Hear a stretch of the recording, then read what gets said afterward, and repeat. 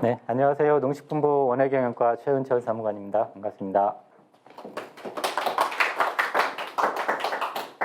어제는 비가 와도 날씨가 좀 따뜻했었는데 오늘은 갑자기 이렇게 막 추워지네요. 이게 추운 날씨에도 불구하고 멀리서 설명에 참석해 주셔서 감사드리고요. 저는 오늘 그 시설원의 정책 방향 및 지원 사업 현황에 대해서 설명을 드릴 건데, 어제 제 전북에 설명을 하다 보니까 앞에 과체 현황이나 이런 것까지 다 설명을 해드리면 시간이 너무 좀 촉박해서 앞에 과체 현황이나 이런 부분들은 좀 생략하고 사업 중심으로 설명을 좀 드리겠습니다. 그래서 이 PPT에는 그 설명의 자료에는 과체 산업 개요, 과체류 생산 및 출하 동향, 시설원에 관련 지원 사업 현황, 주요 내용, 그다음에 20년도, 21년도 이제 지침 주요 변경사항 이런 순서로 되어 있는데 3번부터 설명을 좀 진행하도록 하겠습니다. 앞에 과체산업 개요 같은 경우는 예전에 이제 크레이에서 농업 전망할 때 주로 발표했던 그런 자료고요. 내용을 보시면 쉽게 이해가 가실 겁니다. 이제 3번 시설원에 관련 지원 사업 현황입니다. 시설원에 관련 지원 사업은 이제 저희 과에서 농식품부 원예경영과에서 저희 시설 2개에서 이제 담당하고 있는 사업들을 좀 정리를 좀 해본 건데요. 이제 사업 대상자가 개인이냐 지자체냐 거기에 따라서 그 다음에 온실을 처음에 짓기 시작할 때부터 수출하고 유통할 때까지 어떤 지원 사업들이 있는지 개략적으로 그림으로 그려봤고요. 먼저 지자체를 사업 대상자로 하는 사업은 스마트 원예단지 기반 조성이라는 사업이 있습니다. 이거는 말 그대로 원예단지를 조성하기 위해서 부지 정리를 하거나 아니면 도로를 개설을 하거나 아니면 용수나 배수로를 이제 공사를 하거나 폐기물 처리 시설 같은 것을 지원을 하거나 하는 그런 기반 조성하는 사업이고요. 이 사업은 쭉 지나가면 유통 수출 단계에서 보면 3년부터 10년까지 수출 의무 이렇게 써 있는데요. 신규로 원예 단지를 조성하는 경우에 작물을 생산하고 수확하기 시작한 후로부터 3년째부터 이제 품목별로 정해진 의무 수출 비율이 있습니다. 그 수출 비율을 준수하는 조건으로 이제 지원이 되는 사업이고요. 그다음 개인한테 지원해 드리는 사업은 이제 여러 가지 사업들이 있는데 위에서부터 노란색부터 좀 설명을 드리면은요. 시설원의 현대화 사업이 있습니다. 이 사업 시설원의 현대화는 주로 이제 온실의 그 현대화 자동화를 지원하기 위해서 생산 시설 중심으로 지원을 해드리는 사업이고요. 그 다음에 이제 ICT 융복합 시설 보급 사업은 현대화 자동화된 온실을 스마트팜으로 전환하기 위해서 지원해주는 그런 사업입니다. 그래서 주로 지원 장비들이 스마트팜과 관련된 센서 장비나 영상 촬영 장비라든지 제어 장비, 환경관리 시스템 이런 것들이 지원이 되고요. 제가 이제 요거를 그려놓을 때 한쪽은 절반은 이렇게 점선으로, 절반은 실선으로 이렇게 그 표시를 해놨는데 원래 시설원의 현대화하고 ICT 융복합 시설 보급하고는 지원되는 장비들이 서로 다릅니다. 그래서 어느 한쪽에서 다른 사업에 대한 시설 장비를 지원을 하면 안 되는데 ICT 융복합 시설 보급 사업에서는 시설원의 현대화에 지원되는 장비를 제어하기 위한 제어 시설을 동시에 설치하는 경우에 한해서 시설원의 현대화 장비를 같이 지원을 받으실 수가 있습니다. 그다음 그 밑에 이제 에너지 절감 시설 지원 사업이 있는데요. 요거는 이제 낙엽 보온 커튼이라든지 이제 보온 덮개, 순환식 수막 시설, 열 회수열 환기 장치 같은 에너지 절감 시설을 지원을 해드리는 사업이고요. 그 밑에 신재생 에너지 시설 지원 사업은 지열이나 폐열이나 목재 펠릿 등 그 에너지원이 신재생 에너지인 그런 난방 시설을 지원을 해드리는 사업입니다. 우리 시설원의 관련 사업에서 과수도 마찬가지인데요. 원칙적으로 화석연료를 사용한 난방시설은 지원을 안 해드립니다. 그래서 가스 난방기나 경유 난방기, 그 다음에 가스나 경유나 석유나 석탄을 이용해서 만들어진 전기를 이용해서 또 난방을 하는 전기 난방기도 지원을 해드리지 않습니다. 다만 이제 그런 화석연료가 아니고 이제 지열이나 폐열이나 이제 목재 펠릿이나 이런 이제 재생에너지 또는 신에너지를 에너지원으로 하는 그런 난방기는 이 신재생 에너지 시설 지원 사업으로 지원을 해드리고 있습니다.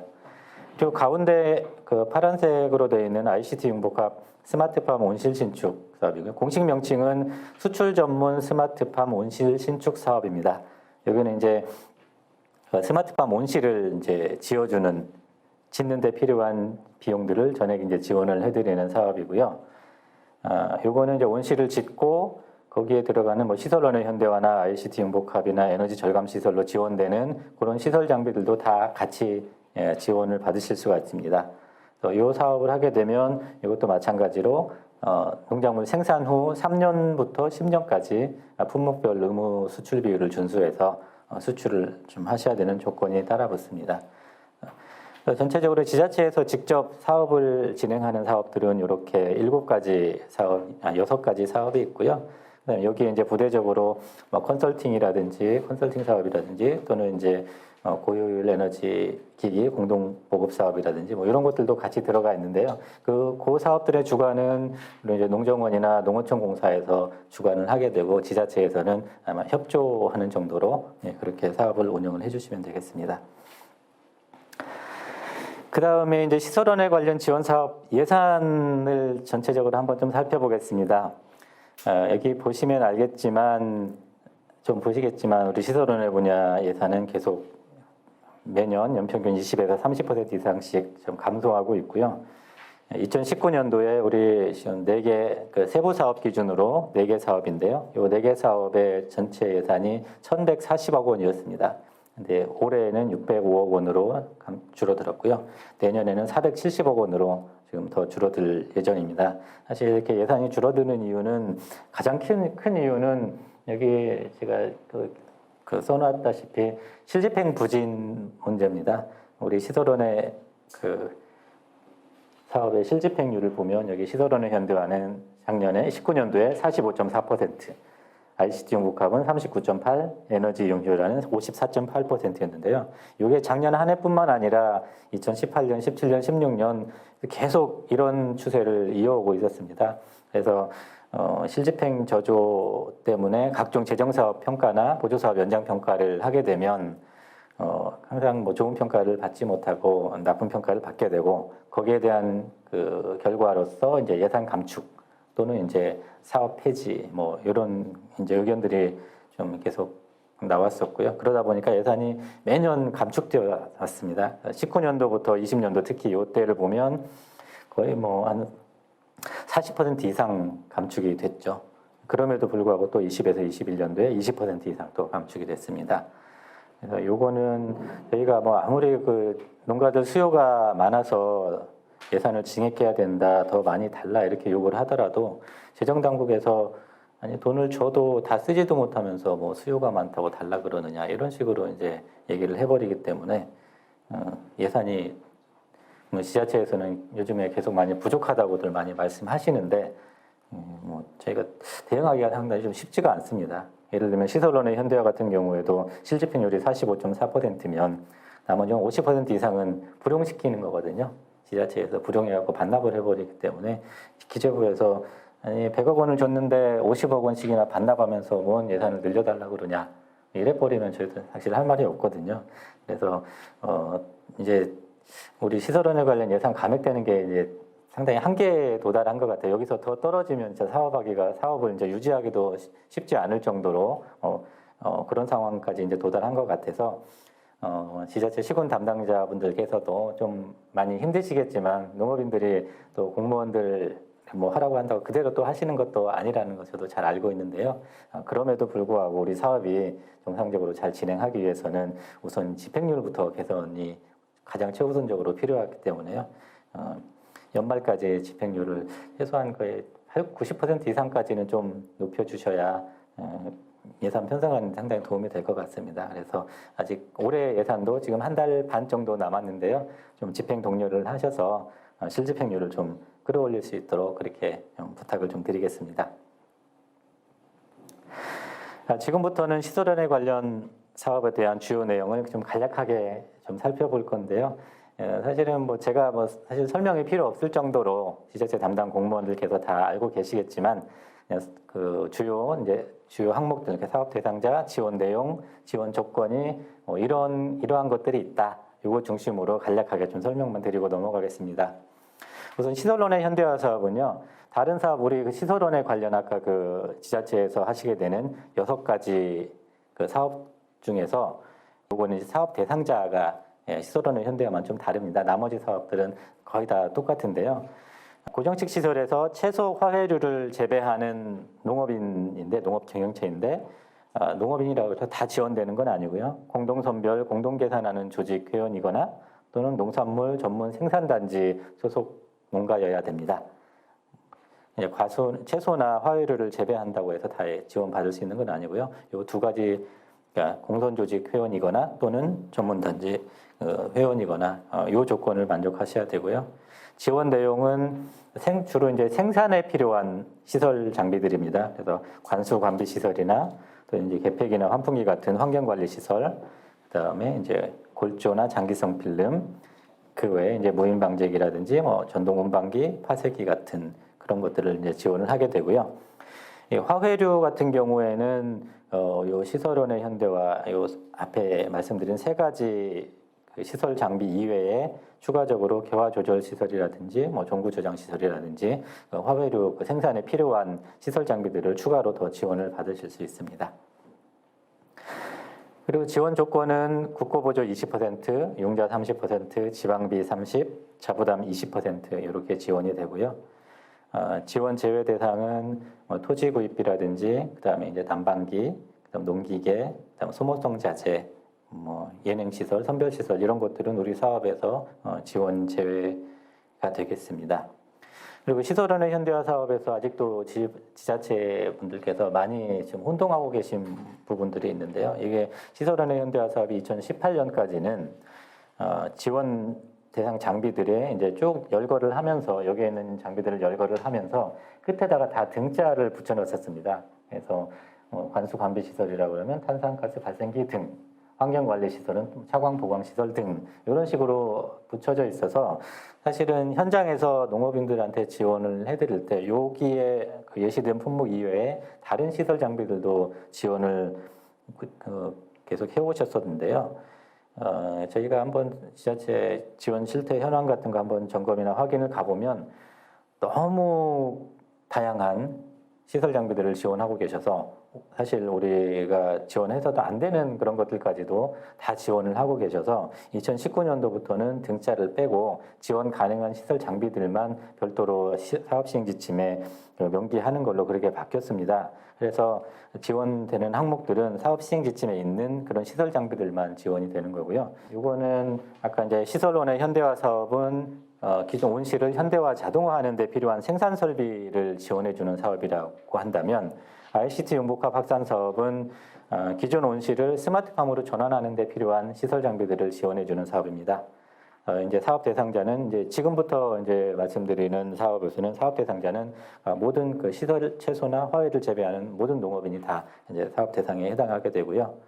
지원 내용은 각종 센서 장비, 그다음에 영상 장비, 제어 장비, 그다음 정보 시스템이고 아까 처음에 우리 시설원에 관련 사업들 개괄을 하면서 제가 설명을 드릴 때 한번 말씀드렸었는데 시설원의 현대화 지원 대상 장비를 제어하기 위한 제어 장비를 같이 설치하는 경우에는 ICT 융복합 확산 사업으로 시설원의 현대화 지원 대상 장비를 같이 지원받으실 수가 있습니다. 그리고 요거 지원 조건은 원래 이제 시설원의 현대화하고 지원 조건 같았었는데요. 올해부터 20년도부터 지원 조건이 좀 변경이 됐고요. 국고보조 30%, 지방비 30%, 그다음에 자부담 40%로 변경이 됐습니다. 융자가 이제 빠졌고요. 그리고 요 사업을 할 때 컨설팅이 이제 필수 항목으로 되어 있는데 그 동안에는 컨설팅이 100% 보조였습니다. 근데 올해부터는 일반 사업에서 자부담이 줄어드는 대신에 컨설팅에서 자부담이 20%가 새로 생겼습니다. 그래서 올해부터는 국고보조 80%, 자부담 20%. 농가 부담으로 치면 컨설팅 1회당 총사업비가 50만 원이니까 농가 컨설팅 받으실 때 자부담으로 10만 원은 납부를 하셔야 되겠습니다. 그 다음 ICT 융복합 확산의 세부 내역 사업으로 수출 전문 스마트팜 온실 신축 사업이 또 하나가 있습니다. 이거는 이제 스마트팜 온실을 직접 지어주는 그런 사업이고요. 사업 대상자는 아까하고 동일하게 채소나 화훼류를 재배하는 농업인이고요. 그다음에 지원 내용은 여기 뭐 철골, 자동화, 비닐 온실 뭐 이렇게 써놓긴 했는데 어떤 유형이든 온실 신축은 가능하고요. 스마트팜만 되면. 그래서 그게 유리 온실이 되든 아니면 뭐 폴리카보네이트나 뭐 이런 걸로 피복을 처리한 경질판 온실이든지 아니면 뭐 철골 비닐 온실이든지 또는 파이프형 비닐 온실이든지 상관은 없고요. 기준 단가는 저희가 이제 예산 편성하고 집행할 때 표준으로 삼는 예산이 이제 유리 온실 같은 경우에는 헥타르당 30억 원, 그다음에 파이프형 비닐 온실인 경우에는 헥타르당 7억 5천만 원 정도로 이렇게 지금 보고 있는데 지금 이제 온실을 짓고 계신 분들이 대략 이 정도 수준으로 이제 온실을 짓고 있다는 거고요. 실제 사업 추진할 때는 농가의 실소유액을 적용을 하시면 되겠습니다. 농가분들께서 하우스 안에다가 어떤 시설 장비들을 집어넣느냐에 따라서 또 가격이 비용이 많이 달라질 수 있기 때문에요. 표준적으로는 이 정도 한다. 대신에 그 정도 가물을 잡고 계시고 실제 사업 추진할 때는 실제 소요 금액을 적용을 하시면 되겠습니다. 지자체에서는 크게 이 부분에 대해서는 이게 신경을 많이 안 쓰셔도 되는 게 이게 온실 신축 사업 같은 경우는 농식품부 공모 사업입니다. 그래서 농가가 사업 계획서 써서 농식품부 신청하는 단계까지 지자체에서 좀 이제 신경을 좀 쓰셔야 되는 거고요. 사실 요 이제 사업비나 이런 것들은 저희가 이제 공모 심사할 때 그때 같이 이제 심사를 하게 되기 때문에요. 지자체에서는 요 온실 신개축에 대한 사업비 부분은 너무 지나치게 과도하게 편성되어 있는지 신청 단계에서 아니면 지나치게 너무 낮게 편성되어 있는지 그 정도만 한번 좀 봐주시면 될 것 같습니다. 그 지원 조건은 시설론의 현대화하고 조건이 같고요. 국고보조 20%, 용자 30, 지방비 30, 자부담 20 이렇게 되고요. 그다음에 이건 이제 수출 전문 온실 신축이기 때문에 온실이 신축되고 농작물을 생산하기 시작하시면 그 품목별로 정해진 의무 수출 비율을 준수해서 수출을 하셔야 됩니다. 보통 이제 그 준공일 또는 작물 수확일 중에 빠른 날짜로 그 기준으로 해서 3년 차부터 이제 수출을 하게 되는데요. 토마토가 40%, 파프리카 50, 딸기 60, 기타 나머지 품목들은 30% 이렇게 수출을 하셔야 됩니다. 그리고 이제 농식품부 공모 사업이 사실 올해까지는 계속 그 농식품부가 이제 필요한 시기에 공모를 진행을 했었습니다. 그래서 21년 사업자 같은 경우에는 8월달, 9월달 요때 이제 공모를 해서 11월 초에 사업자 선정을 했었고요. 20년 사업자는 작년 11월 달에 공모를 했었고 19년 사업자는 작년 7월 달에 공모를 해서 좀 공모 시기가 좀 들쭉날쭉했었습니다. 그래서 현장에서도 이 공모 시기에 맞춰서 이렇게 준비하기도 굉장히 좀 타이밍 맞추기도 좀 힘들고 어려워하시는 측면이 있어서 22년 사업자 공모부터 그러니까 내년도 신청 때부터는 좀 기간을 정해서 그 시기에 신청하고 사업자를 선정하는 형태로 운영을 하려고 합니다. 그래서 22년 사업자 공모는 내년 상반기에 이제 신청을 받고요. 그리고 내년 9월 달에 최종 사업자 선정하는 일정으로 그렇게 진행을 할 계획입니다. 여기는 아마 우리 공모 사업뿐만 아니라 다른 시설원의 현대화나 ICT 사업 같은 경우는 비슷하게 진행될 겁니다. 그동안에 사업 시행지쯤에서 3월 달에 신청받고 8월 달까지 예비 사업자 선정해서 농식품부 제출하고 그런 일정으로 이제 운영을 하셨었는데 이거는 이제 농식품부 직접 공모 사업이기 때문에 신청은 3월 달까지 이렇게 빨리 받지는 않을 거고요. 사전에 이제 언제까지 신청하라고 하시라고 저희가 공문을 내려보내는데 보통은 한 5월이나 6월 말까지 신청하도록 그렇게 좀 진행을 할 계획입니다.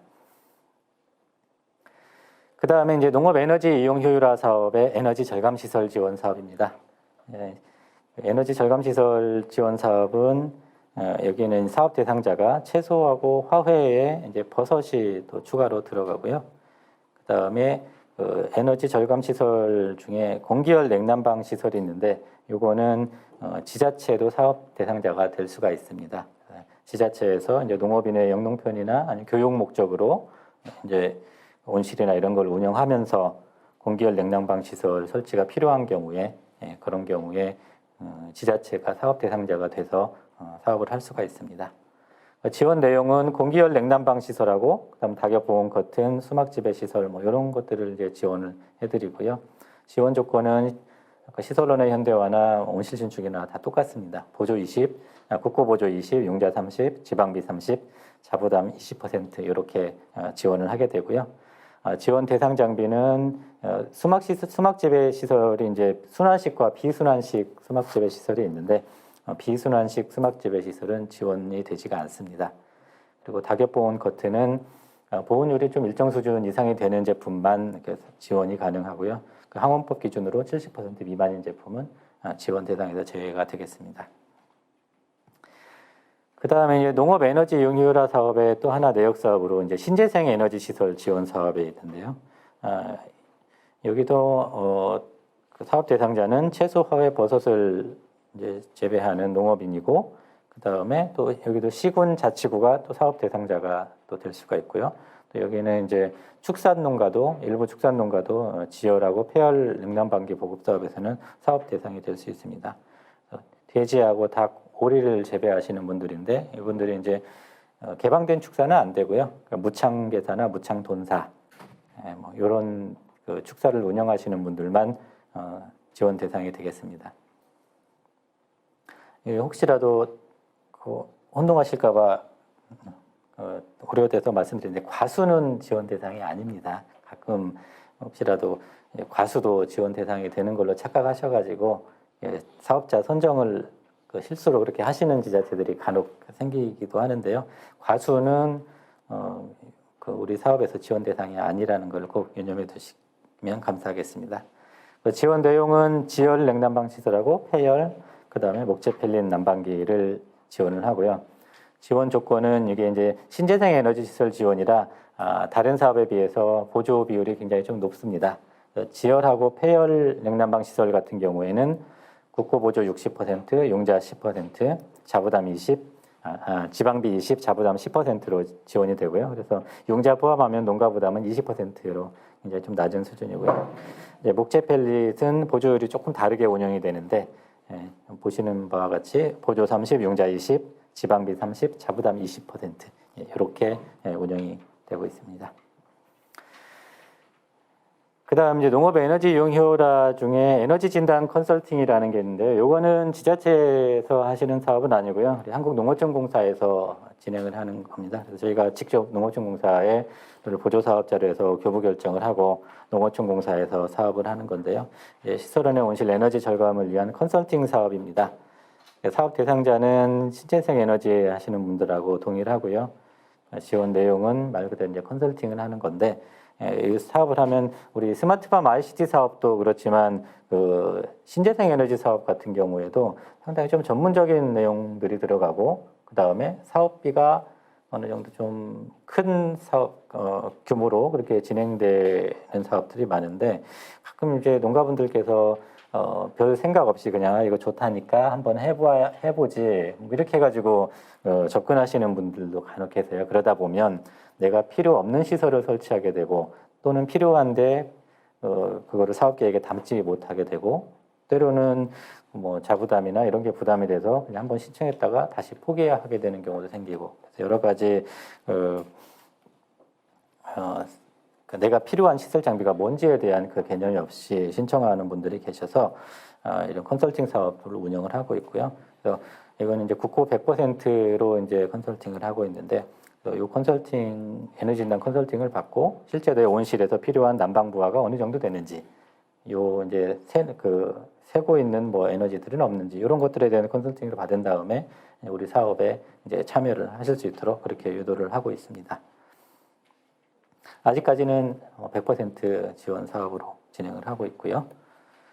그 다음에 이제 농업 에너지 이용 효율화 중에 고효율 에너지 기기 공등 보급 사업이 있습니다. 이것도 뭐 지자체에서 하시는 건 아니고요. 우리 농어촌공사에서 주가 돼서 하고 있는 건데, 이거는 일종의 우리 그 사업에서 좀 과외 사업으로 이렇게 운영을 하는 사업으로 보시면 되겠습니다. 농식품부하고 한국전력하고 농어촌공사가 2018년 말에 이제 MOU를 체결을 해서 진행을 하는 사업인데요. 이거는 이제 농가분들이 지열이나 공기열 이런 냉난방기를 설치를 하면 신재생 에너지 그 시설을 설치하면 농가에다가 이제 추가적으로 지원금을 더 드리는 뭐 그런 사업이고요. 사업 대상자는 우리 농업 에너지 이용 효율화 사업을 통해서 지열이나 공기열 난방 시설을 설치하는 농가분들이 대상이 되겠고, 이분들에게는 지열이나 공기열 냉방기 설치할 때 필요한 설치비의 일부를 추가로 지원을 해드립니다. 그냥 농가분한테 지원을 해드리는 거고요. 이제 난방기 용량에 따라서 킬로와트당 7만 원씩 산정을 해서 최대 7천만 원까지 지원을 해드립니다. 보통 이제 파프리카 농가 같은 경우에 뭐 1헥타르를 온실을 운영하시는 파프리카 농가 같은 경우에는 열 용량이 1000kW 넘는 경우들이 상당히 많이 있거든요. 그래서 그런 분들은 최대 7천만 원까지 설치비를 지원을 받으셔서 자부담 경감하는데 굉장히 많은 도움이 되고 있고요. 그 외에 추가로 전기 난방기를 사용하시는 분이 지열이나 공기열 난방기로 이제 교체를 하시게 되면 난방할 때 이제 전기 요금이 좀 많이 전기 사용량이 많이 좀 줄어들겠죠. 그러면 그 절감 전력량을 킬로와트당 42원씩 산정을 해서 연간 최대 4천만 원까지 2년간 지원을 해드립니다. 추가로요. 그래서 이분은 또 8천만 원을 추가로 또 지원을 받으실 수가 있습니다. 이 비용은 다 이제 한국전력에서 만들어진 농어촌 상생기금으로 지원을 해드리는 거고요. 별도로 이 사업을 하기 위해서 뭐 국비나 지방비를 편성하실 필요는 없습니다. 이 사업을 신청하셨으면은 이 에너지 공동고기 보급 사업이 있으니까 여기에 또 신청하셔가지고 추가 지원금 받아가세요. 이 정도만 안내만 좀 해드리면 되겠습니다. 네, 한전에서는 뭐 그냥 돈을 농가한테 주는 건 아니고요. 이제 지금 온실가스 감축은 이제 각 기업도 그렇지만 국가도 다 그 의무 할당량들이 있기 때문에 한전에서는 그 온실가스 감축 실적을 좀 회수를 좀 하게 됩니다. 그래서 한전 지원금을 회수할 때까지, 그러니까 온실가스도 뭐 CO2 뭐 1톤당 얼마 이렇게 가격이 매겨져 있는데 그렇게 해서 그 지원금 회수까지 기본 7년, 그 다음에 7년간 그 회수가 다 안 될 경우에는 추가로 연장해서 10년까지 이제 온실가스 감축 실적을 한국전력에 이제 제공을 해야 되고요. 이거는 굉장히 그 온실가스 감축 실적이 얼마인지, 이거는 농가가 직접 그 실적을 산정하는 거는 거의 불가능하기 때문에 이거는 한전에서 전문가가 와서 감축 실적을 이제 그 산정을 해서 이제 가져가게 되는 거고요. 그 농가분께서는 한전에서 뭐 이러한 자료들이 필요하니까 주세요 하면 그것만 이제 제공을 해드리면 됩니다. 그 다음에 스마트 원예단지 기반 조성 사업이 있습니다. 요거는 이제 사업 대상자가 농업인이 아니고 이제 시군, 구, 지자체가 되겠고요. 말씀드렸다시피 스마트팜 단지로 조성하기 위한 기반을 조성하는 데 필요한 그런 그 사업들을 지원을 해드리는 사업입니다. 요거는 사업 유형이 두 가지로 좀 나뉘는데요. 뭐 큰 글씨로 써져 있는 것처럼 노후온실단지 개보수하는 사업이 하나가 있고, 하나는 신규 스마트팜 단지 조성하는 사업이 하나가 있습니다. 이 두 가지 유형으로 이제 나눠서 진행을 하고요. 노후온실단지 개보수는 이제 그 해당 온실들을 스마트팜으로 좀 전환을 하고 싶은데 기반 시설이 열악해서 스마트팜으로 전환하는데 어려움이 있는 그런 단지들의 이제 기반 시설을 확충하고 개보수를 지원을 해주는 사업이고요. 이 사업을 지원받고 나면 이제 해당 시군구는 그 단지를 어떻게 스마트팜으로 해나갈 건지 그런 계획서를 제출을 하시고 이행을 좀 하셔야 되는 거고요. 그다음 이제 신규 스마트팜 단지 조성은 지금은 온실이 일부만 있거나 거의 없는 그런 토지에 앞으로 여기에다가 스마트팜 단지를 새로 조성하겠다. 이런 경우에 신규 스마트팜 단지 조성 사업을 신청을 하시면 되겠습니다. 지원 조건은 사업 면적 10헥타르 이상, 노후온실은 5헥타르 이상 이렇게 되어 있는데요. 신규 단지 조성할 때는 단지 면적이 최소 10헥타르 이상이 되어야 되고요. 노후온실 단지 개보수하는 경우에는 온실 면적이 5헥타르 이상이 되어야 됩니다. 그리고 노후온실 단지는 밑에 이제 별표를 보시면 70% 이상이 단지화되어 있어야 되고요. 신규 단지는 생산시설이 70% 이상이 됩니다. 이거는 뭐냐면 노후온실 단지는 온실 전체 합한 면적이 5헥타르 이상이 돼야 되는데 이게 단지지 않습니까? 온실 단지여야 되기 때문에 온실들이 여기저기 산발적으로 흩어져 있으면 안 됩니다. 여기 조금, 여기 조금, 여기 조금 하고 합하면 그 5헥타르입니다. 그러니까 여기를 노후 단지로 해갖고 지정해 주세요. 이렇게는 안 되고요. 최소한 단지화가 된다는 거는 붙어 있어야 되는데 그 붙어 있는 비율을 일단은 70% 이상으로 기준을 잡고 있습니다. 그래서 최소 3.5헥타르 이상은 같이 붙어 있어야 됩니다. 그러니까 온실이 붙어 있다는 개념은 도로를 사이에 두고 연접해 있거나 아니면 온실이 각종 이제 필지가 다 붙어 있거나 그런 거를 이제 그 단지화되어 있다고 얘기를 하는 거고요. 그다음에 신규 단지 같은 경우에는 신규 단지에 이제 스마트팜 단지를 조성을 하면 거기에 온실만 들어가는 게 아니고 가공시설이나 또는 선별장, 주차장 이런 것들도 이제 같이 들어가게 되는데 최소한 70% 이상은 온실이 들어가야 된다는 의미입니다.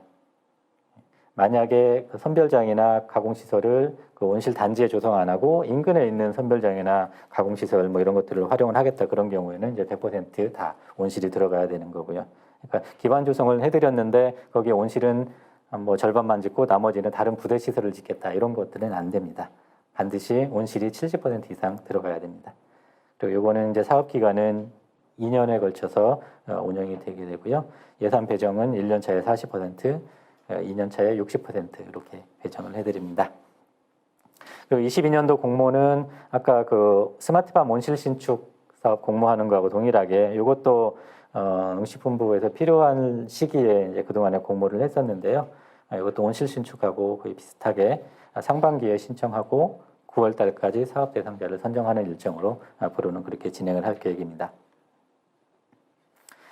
여기 이제 스마트 원예단지 기반 조성 같은 경우에는 기존에 이제 사업에 참여하고 있는 대상자 샘플을 제가 좀 소개를 좀 해드리는데요. 여기는 이제 경기도 고양시 원당지구 화훼단지입니다. 이게 굉장히 좀 오래된 화훼단지인데요. 노란색 테두리 안에가 이제 사업지구고요. 여기는 거의 대략 한 95% 이상 다 온실로 되어 있는 단지고요.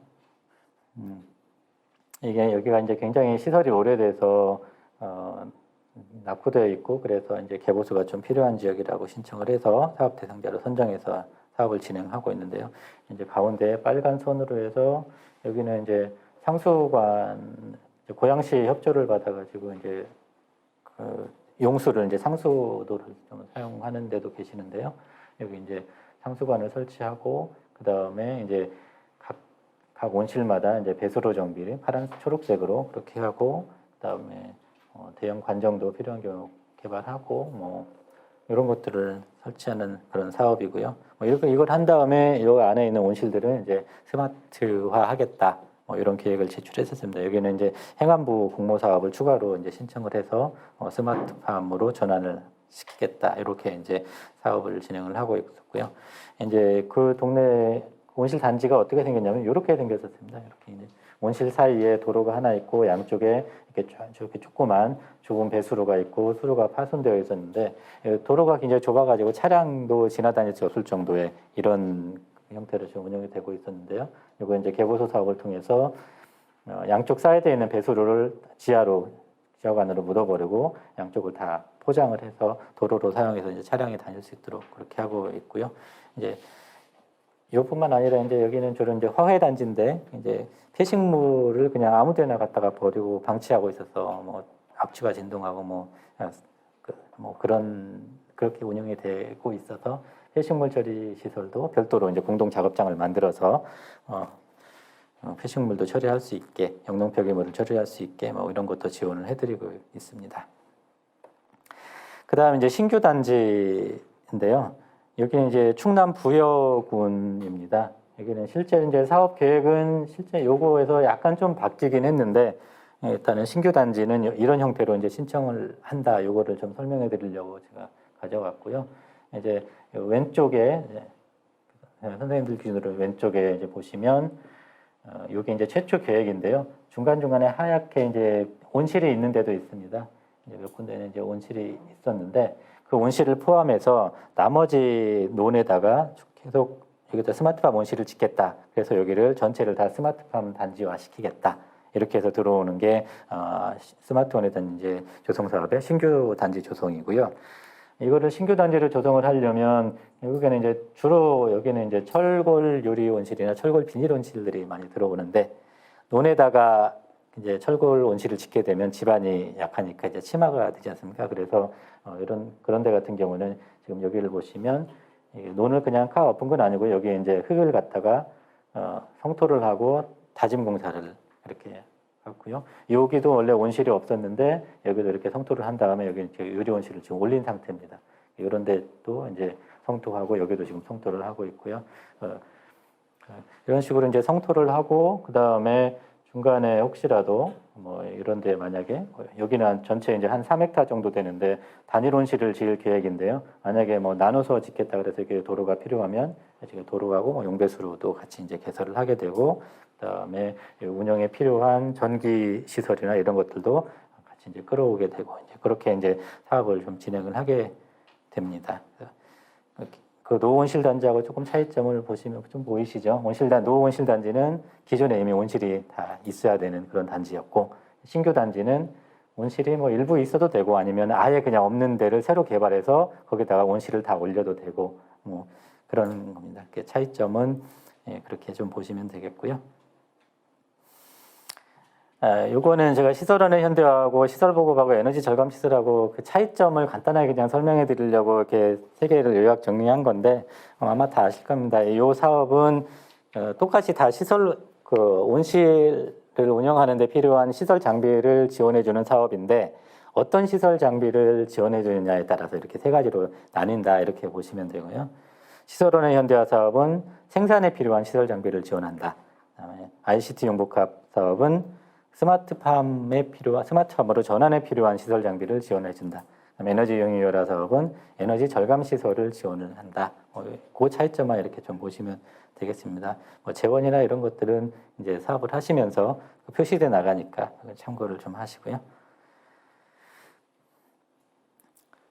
그다음 지금부터는 이제 사업 시행 지침이 어떻게 변경이 됐고 앞으로 어떻게 변경이 될 건지 여기에 대해서 간략하게 설명을 드리겠습니다. 지금 요거는 이제 올해 사업 시행 지침이 이렇게 변경됐다. 요거를 좀 설명을 드리려고 하는데요. 첫 번째는 이제 농업법인 지원 요건을 좀 완화를 했습니다. 2019년까지는 사업 부지에 담보가 설정되어 있거나 또는 지상권이 설정되어 있으면 법인에 지원을 할 수가 없었습니다. 그런데 이제 우리 시설원에 관련 사업은 대부분이 다 융자를 끼고 하는 사업들이 많아서 법인들 중에 융자 그 사업 부지에 이제 담보 제공을 하고 있는 법인들이 상당히 좀 있습니다. 그런 경우에는 아예 조금이라도 있으면은 그 사업 지원을 받을 수가 없게 돼 있어서 이 부분을 좀 개선을 했고요. 이제 어떻게 개선을 했냐면 이제 추가로 이제 대출이 가능해서 보조 사업 추진이 가능하다고 판단하는 경우에 그 경우에는 지자체에서 이제 판단을 해서 지원을 할 수 있게 그렇게 됐고요.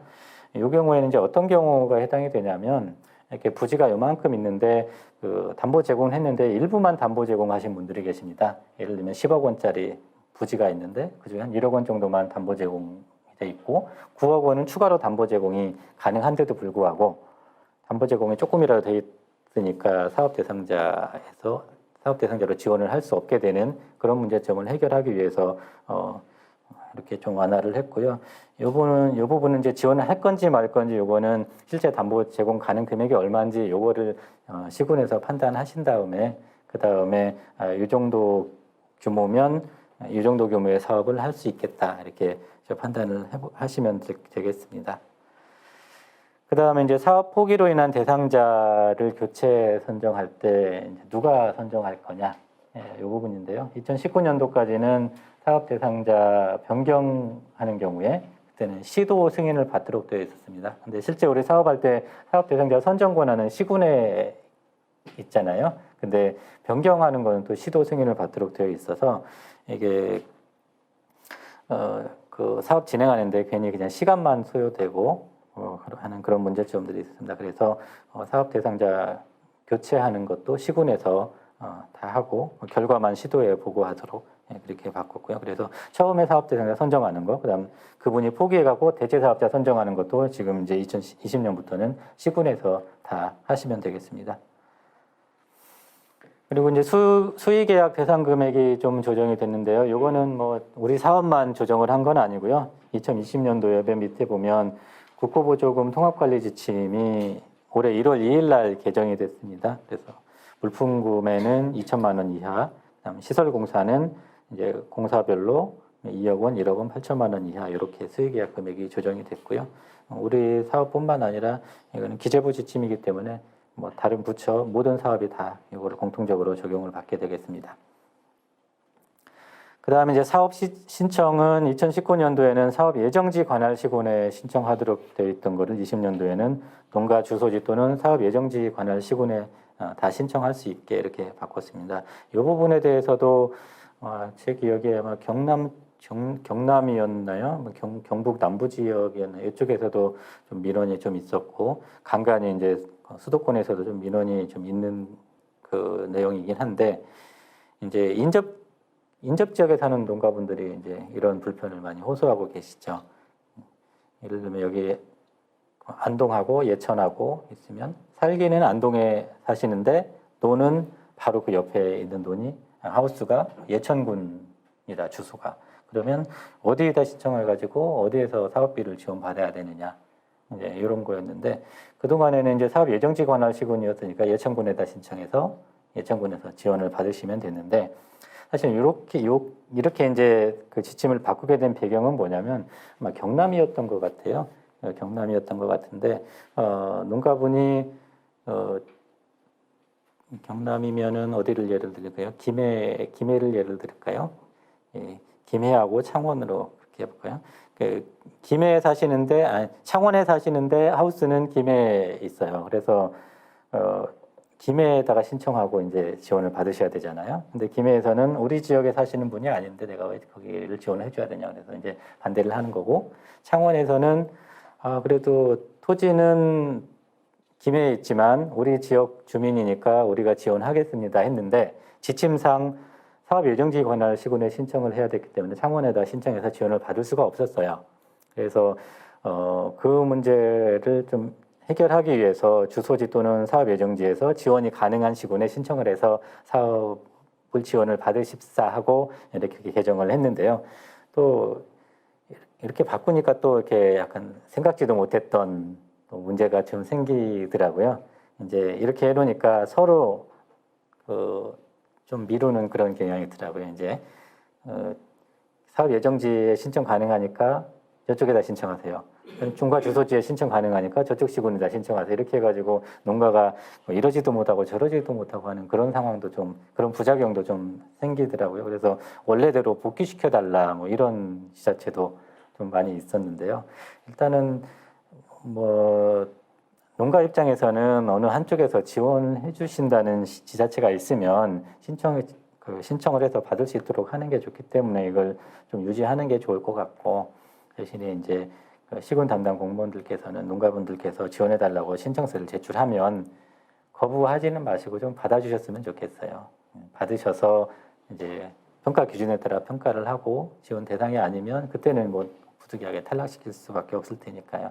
아예 신청 접수조차 안 받아버리면 농가분께서는 계속 이제 너무 화가 나셔가지고 오늘 시군에도 전화하시겠지만 농식품부까지 전화하셔서 이제 계속 그 불만을 민원을 토로하시는 경우들이 많은데 일단 신청은 좀 받아주셨으면 좋겠다 이 말씀을 좀 꼭 드리겠고요. 그다음에 이거 시공 같은 경우에는 이제 법에 따른 전문 건설업체를 통해서 공사를 진행하시라 이 내용입니다. 다만 이제 2019년도에는 온실 시공 능력 평가라는 게 있었는데 온실 시공 능력 평가가 2019년도에 폐지가 됐습니다.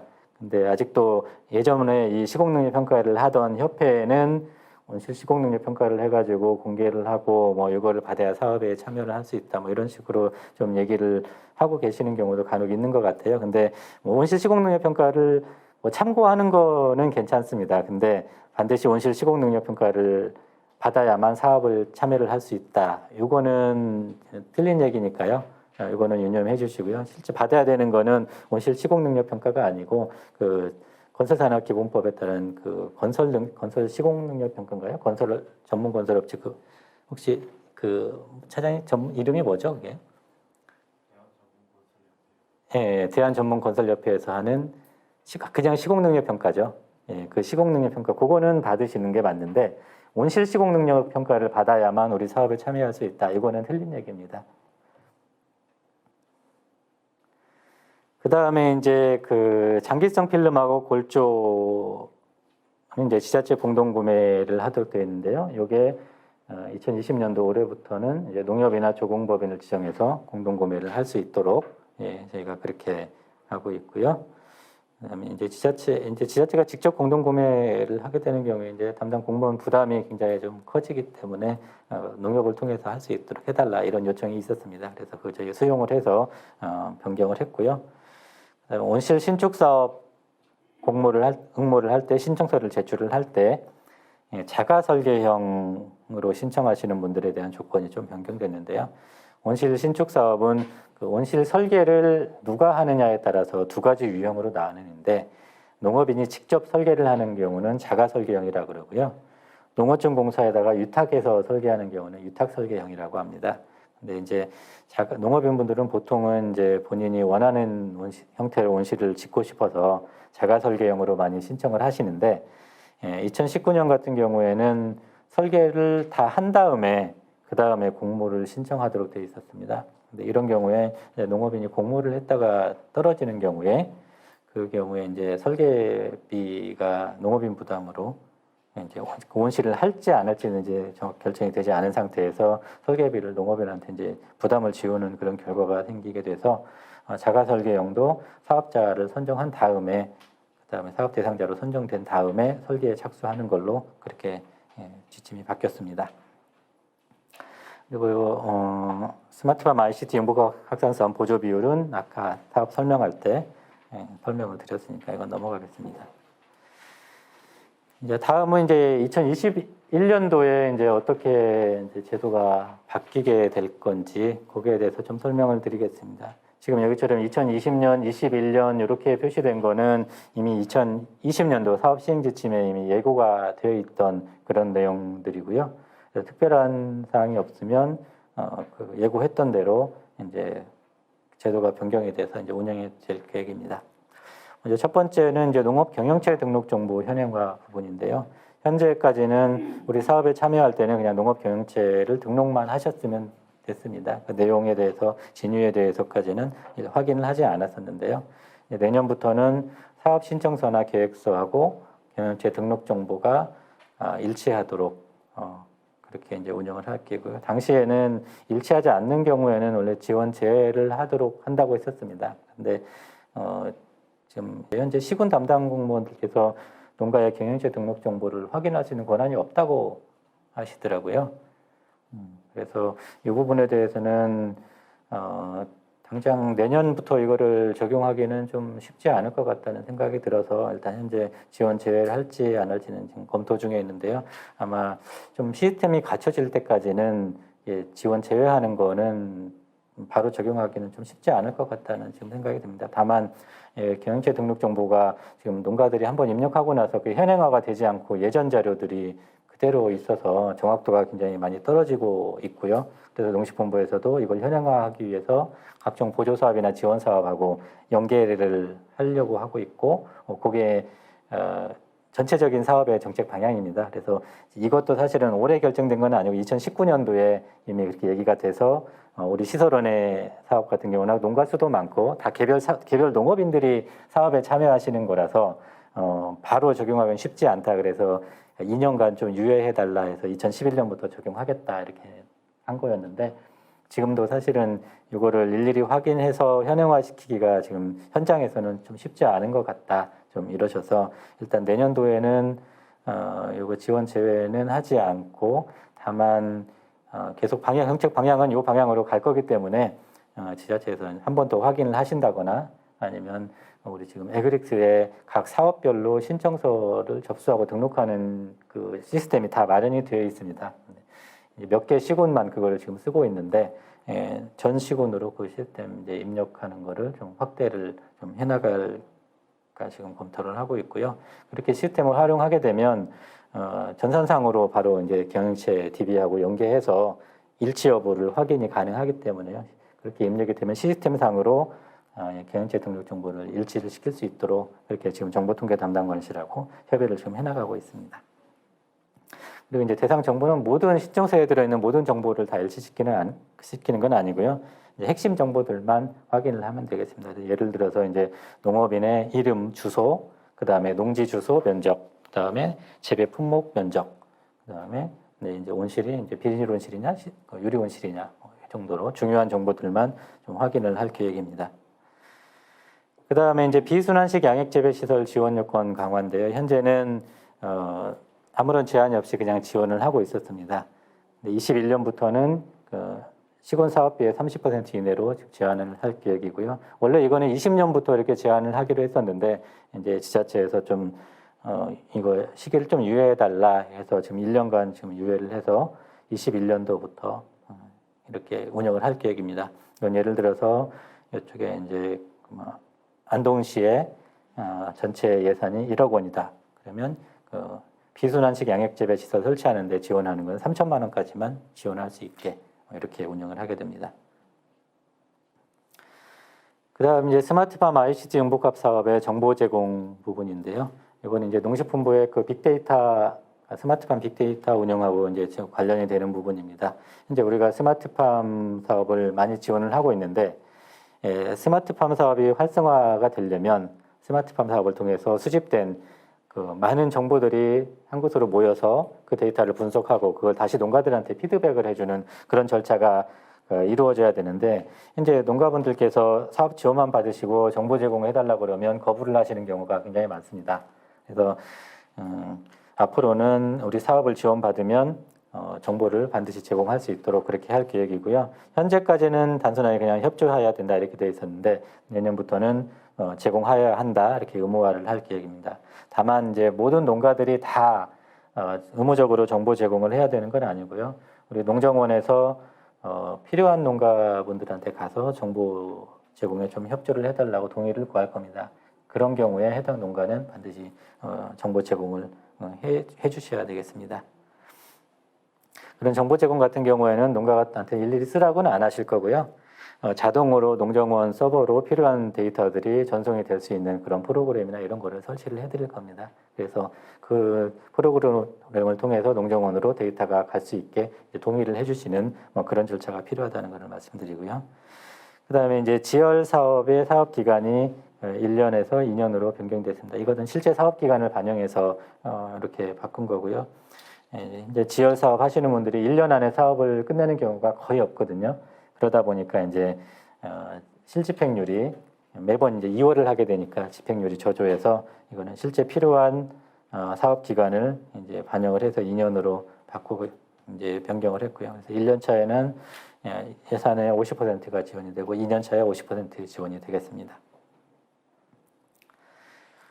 그 다음에 이제 5번부터는 사업 시행 지침에 이제 예고되지는 않았었는데 이렇게 이제 바꾸려고 하는 그런 그 내용들이 되겠고요.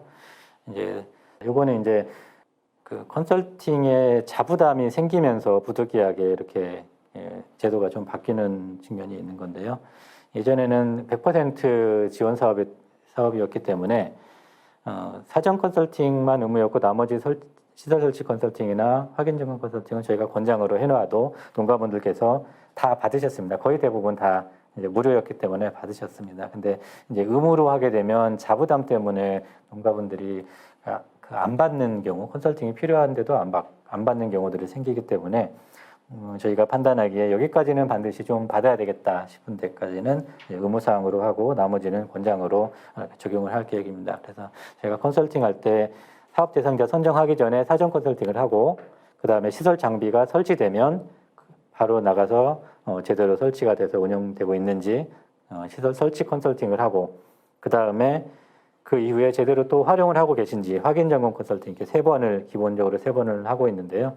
일단 사전 컨설팅하고 설치 컨설팅은 의무화가 되겠고 그 다음에 확인 점검은 농가분들께서 원하신 경우에 받도록 그렇게 할 계획입니다. 지자체에서 좀 협조를 해주셔야 될 부분은 이제 농가 자부담에 납부가 안 되면 컨설팅을 받으실 수가 없기 때문에 지자체에서는 농가 자부담 납부 여부를 확인한 다음에 농정원에 이제 컨설팅 의뢰를 좀 요청을 드리겠습니다. 그 다음에 이제 공기열 냉난방 시설 보조 비율을 변경을 좀 할 계획인데요. 이제 사실 저희가 냉난방 시설을 주로 많이 설치하는 게 지열하고 공기열 냉난방 시설을 설치를 하는데, 지열 같은 경우에는 사업비가 큰 것도 있지만 지열을 설치하기 위한 대체 부지가 없는 경우에, 그럴 경우에는 지열을 설치하기가 좀 굉장히 좀 까다로운 그런 냉난방 시설입니다. 대신 이제 공기열 냉난방 시설은 별도 추가 부지가 거의 필요 없이 외부에다 히트펌프만 설치를 하면 쉽게 공기열 냉난방 시설을 설치할 수 있기 때문에 오히려 이제 사업 수요 측면에서는 공기열이 더 많을 수 있다고도 보는데, 그동안에 이제 지열 히트펌프 같은 경우에는 신재생 에너지 시설이어서 보조 비율이 지방비 포함해서 80%였습니다. 그러니까 자부담은 20%밖에 안 됐는데, 공기열 냉난방 시설은 에너지 절감 시설로 분류가 되어 있어서 보조 비율이 50%입니다. 자부담이 50%고요. 그러다 보니까 자부담이, 그러니까 그 효율은 지열보다 조금 떨어지는데 오히려 자부담은 더 좀 높은 뭐 그런 상황이어서 점점점 공기열 냉난방 시설을 신청하는 농가가 계속 많이 좀 줄어들고 있는 상황입니다.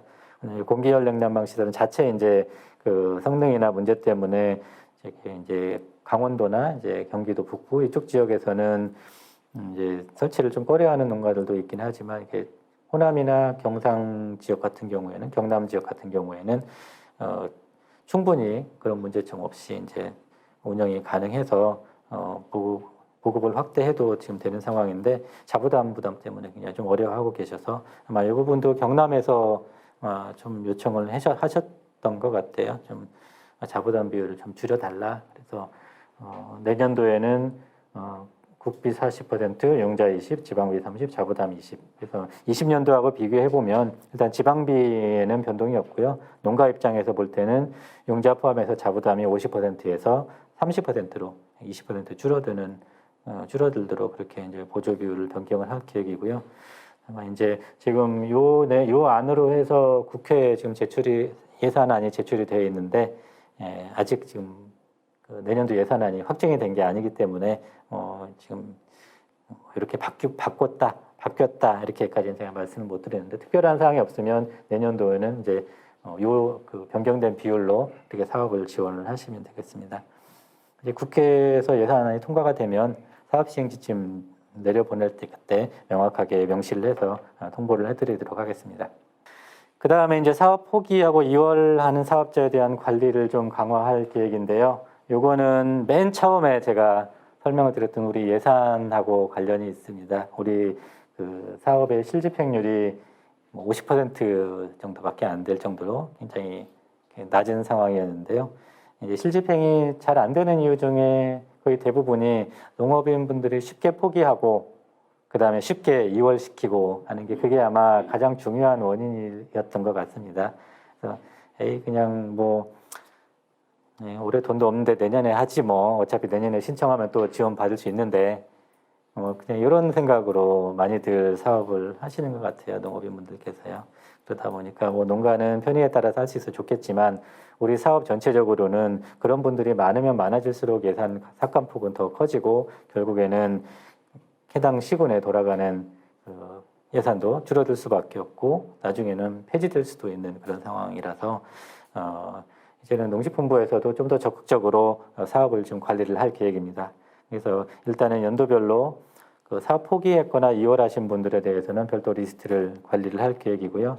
올해 정산 결과 저희한테 제출을 하실 때 올해 사업 포기하신 분하고 이월하신 분에 대한 리스트를 별도로 제출을 해달라고 저희가 요청을 드릴 겁니다.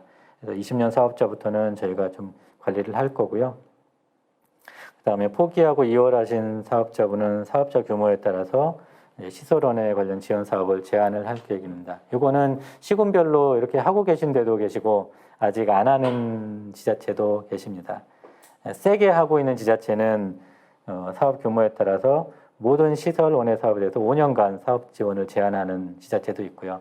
어떤 지자체는 그냥 그 사업에 대해서만 한 2, 3년 제한하는 데도 계시고, 어떤 지자체는 아예 그냥 제한 없이 포기해도 그냥 이듬해 다시 선정해서 지원해 주는 지자체도 계십니다.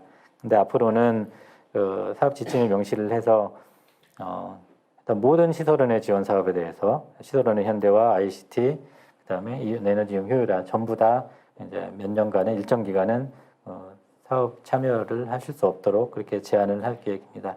요거는 제가 이제 20년 사업자부터 별도 관리를 한다고 하니까 그러면 올해 사전 예고도 없이 올해 사업하신 분들에 대해서도 적용할 거냐 어제 전북에서 그런 질문이 있으시더라고요.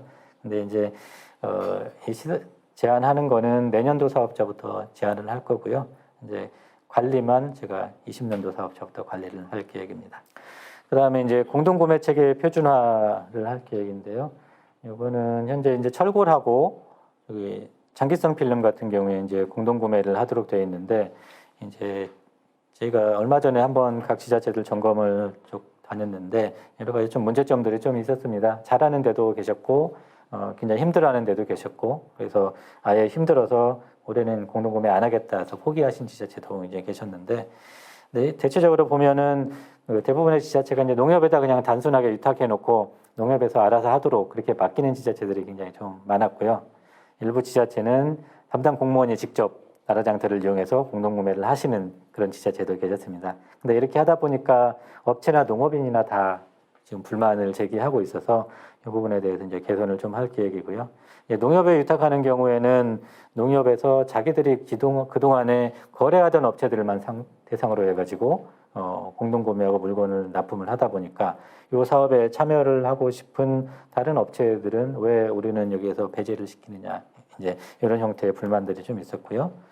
그다음 이제 농업인 같은 경우에는 이제 지자체가 나라장터를 이용해서 이제 공동구매를 하게 되면 이제 본인이 원하는 회사에 원하는 제품을 이제 구매를 하고 싶은데 이제 나라장터를 이용해서 공개 경쟁 입찰을 하게 되면 그걸 선택할 수 없는 그런 문제점들이 있어서 농업인은 또 농업인대로 불만이 좀 있었습니다.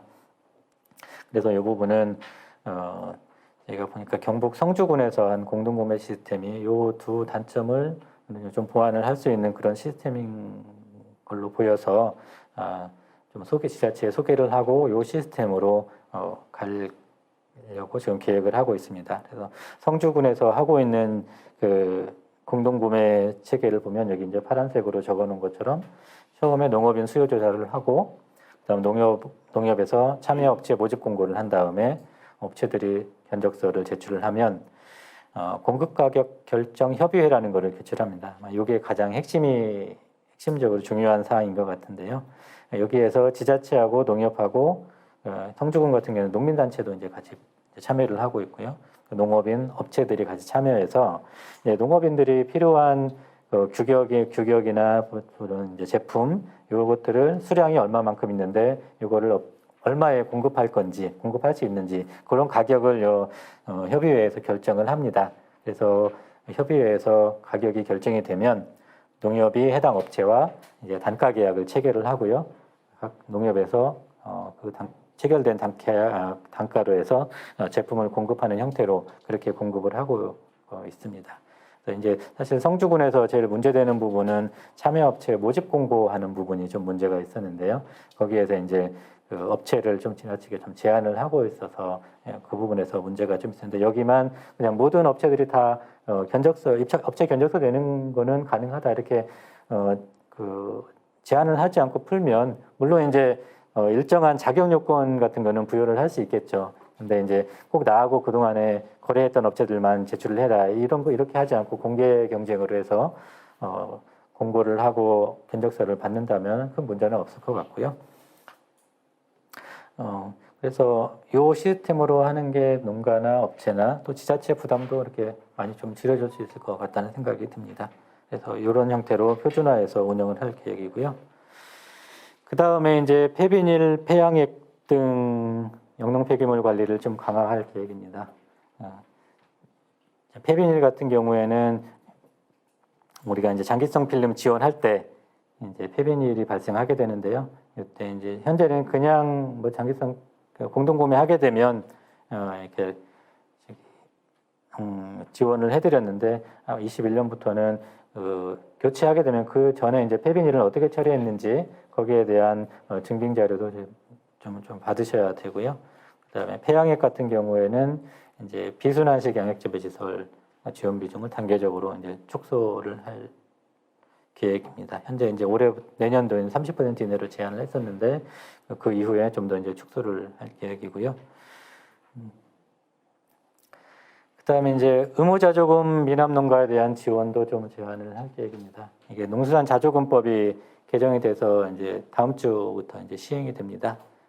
이제 개정된 주요 내용은 의무자조금 품목에 있어서 의무 거출금을 납부를 하지 않았을 경우에 시설원 농림사업 지원을 제한할 수 있도록 하는 내용으로 이제 개정이 됐습니다.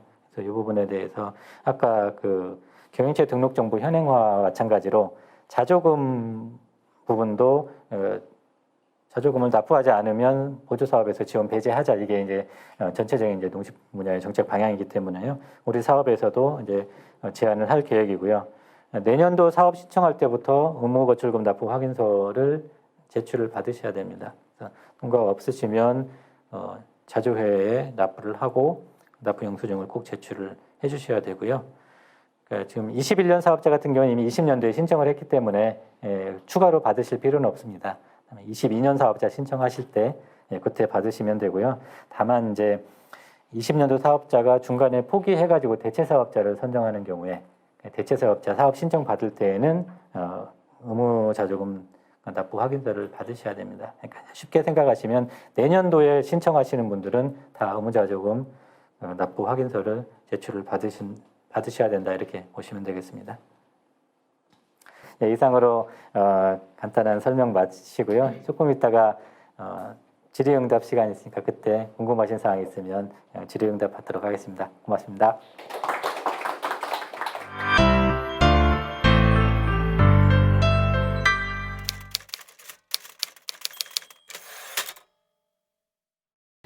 먼저 이제 공통 질문으로 부산시 금정구에서 질문하신 게 있는데요. 원가 계산서 발급 비용을 이렇게 사업비에 포함해도 되느냐 물어보셨는데요. 현재 우리 사업 시행 지침에 원가 계산서 발급 비용도 사업비에 포함해서 집행할 수 있도록 그렇게 지금 하고 있습니다.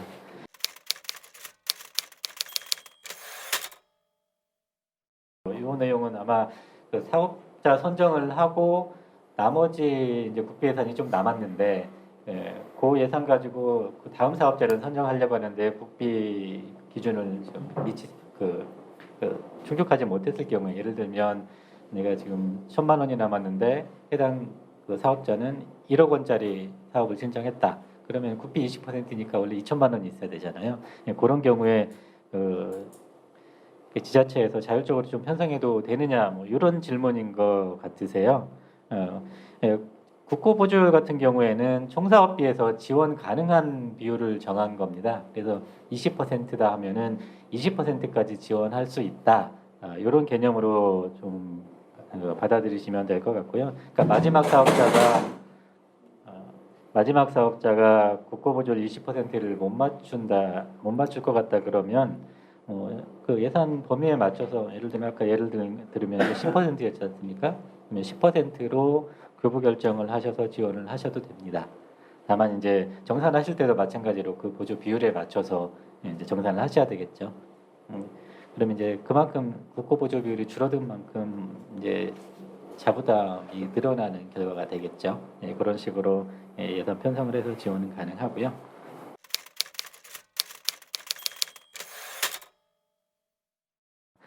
우리가 ICT 융복합 확산 사업에서는 개인당 지원 한도를 2억 원으로 제한을 하고 있고, 시설원의 현대화 사업에서는 제한을 하고 있지 않습니다. 그래서 ICT 융복합 확산 사업에서 시설원의 현대화 사업까지 같이 동시에 지원받는 경우에는 별도 상한액을 정하고 있지는 않습니다. 그래서 각 시군에서는 시군별 예산 범위 내에서 사업자를 선정해서 지원하시면 됩니다.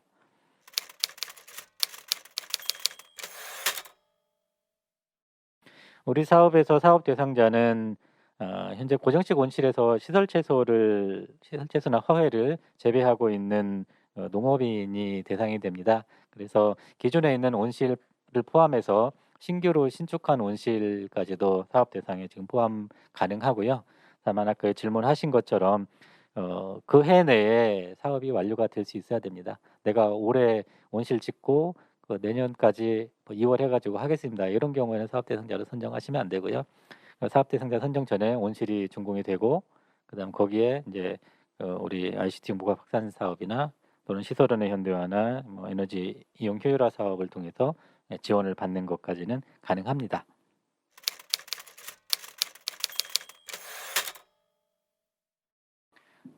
행안부에서 이번에 7월 달인가요? 그때 이제 그 지방자치단체를 계약 당사자로 하는 당사자로 하는 계약에 관한 법률, 지방계약법이죠. 그 시행령 개정을 했는데요. 예, 거기는 그 법은 그 지방비에 관련된 그 사항이 적용되는 법이고요. 국고보조 사업에는 적용이 되지 않는 걸로 저희 판단하고 있습니다. 그래서 어, 저희 이제 국고보조금 집행하실 때는 그거하고 관계없이 어, 기존의 지침대로 기재부 지침대로 그렇게 운영을 하시면 되겠습니다. 별도로 행안부에서 저희나 다른 부처의 공문을 시행해서 이렇게 변경이 되어 있으니까 국고보조 사업도 이거를 적용해 달라 이렇게 뭐 연락 통보받거나 뭐 전달받은 사항은 없습니다.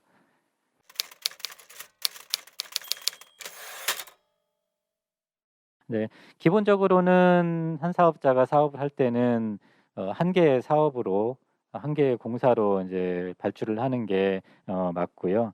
다만 그 사업에 서로 연관성이 없는 경우에 예를 들면 양액기하고 환풍기를 설치하겠다 이런 경우에 물론 그한 시설공사업자가 내가 그거 다 할 수 있으니까 다 하겠습니다 하고 하나의 공사로 발주를 해도 되겠지만 그렇지 않은 경우에는 완전 성격이 다른 제품인 경우에는 따로 발주를 해도 됩니다. 양액기 설치 공사 따로, 그다음 환풍기 설치 공사 따로 이렇게 발주를 해도 되고요. 다만 이제 의도적으로 공개 경쟁 입찰을 피하고 수요 계약을 하려고 일부러 나눠서 발주하는 경우 이런 것들은 좀 제한을 하셔야 됩니다.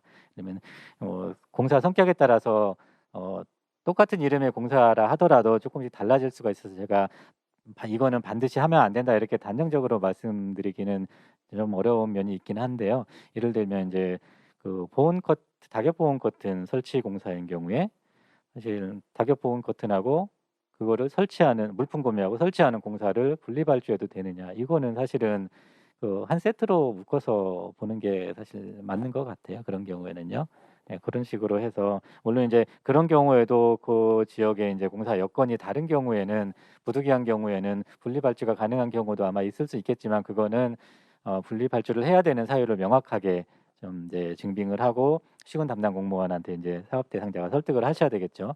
그렇지 않은 경우에는 뭐 통상적으로 상식적으로 생각해 보면 그 보온 커튼 설치 공사 하시는 분은 보온 커튼까지 본인이 다 준비해 와가지고 이제 설치를 하는 거기 때문에 그건 하나의 공사로 발주를 해야 되는 걸 거고, 이제 완전히 성격이 다른 물품하고 또는 다른 공사인 경우에는 분리 발주도 가능합니다.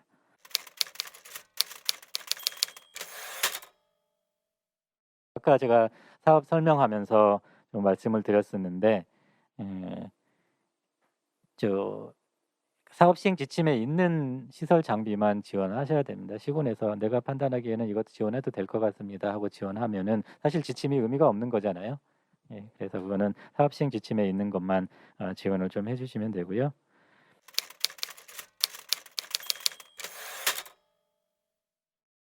예를 들면은 내가 제어 시설하고 그다음에 양액기를 이제 지원을 받으려고 하는데 제어 시설은 ICT 연구가 확산 장비니까 그냥 시설 제수나 허회 재배하시는 농가면 아무나 가능하고 근데 양액기는 시설원의 현대화 사업 장비니까 반드시 공선조직 회원이거나 아니면 전문 생산단지 소속 농가여야 되는데 어떤 조건을 적용해야 되느냐 요 질문을 하셨는데요. 일단 이분이 지원받으시는 사업이 어떤 사업이냐 이걸 기준으로 판단하시면 됩니다. 이분이 지원받는 거는 ICT 융복합 확산 사업으로 지원받는 거기 때문에 ICT 융복합 확산 사업 기준을 적용하시면 됩니다. 그래서 굳이 공선 조직이나 전문 생산단지 소속 회원이 아니더라도 지원이 가능하겠습니다.